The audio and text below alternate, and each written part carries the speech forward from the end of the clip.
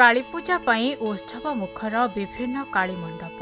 यह अवसर में भद्रकर अधिष्ठात्री देवी मां भद्रकाली सप्तमातृका बेश आज तृतीय दिन में राज्य राजेश्वरी बेश पूजा पाउछन्ते।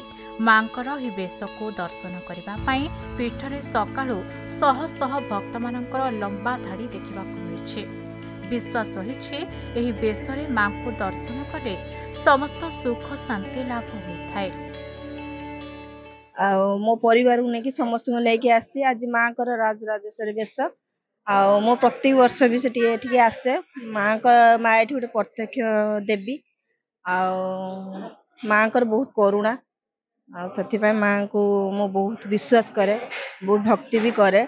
मो परिवार को लेकिन समस्त आसी बहुत भी खुशी ये माँ को पूजा अर्चना देखिकी माँ को यज्ञ चली। एही बेशरे मांकर मुखमंडल पद्मवर्ण थिबा बेले चतुर्हस्ତରେ शंख चक्र गदा और पद्म को धारण करी चतुर्धा मूर्ति रे भक्त माननको मां दर्शन देउछन्ते। एही दिन तुलसी पत्र सहित बेलपत्र नैवेद्य रे पड़ी भोग होइथाय। तेबे प्रथम दिन रे मां वेदमाता बेशरे पूजा पाउथिले। वेदमाता बेश परे मां महाकाली बेशरे दर्शन देइथिबा बेले आज मां राज्य राजेश्वरी बेशरे भक्तों को दर्शन देउछन्ते। पीठरे गीता पाठ शतचंडी पाठ होमयज्ञ चालू रही। दूर दूरांतरु मां को दर्शन करबा पई पीठरे भीड़ देखा मिली।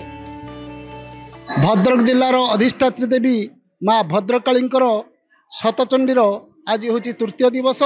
ये तृतीय दिवस रे माँ राजेश्वरी बेश यही बेश को जी दर्शन करे से राजा भली उपभोग करे सुख शांति समस्त परिपूर्णता रही जाए।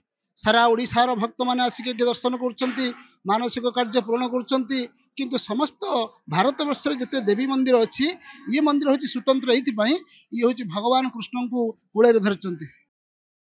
भद्रकरू जगन्नाथ बेहेरा रिपोर्ट खबर ओडिशा।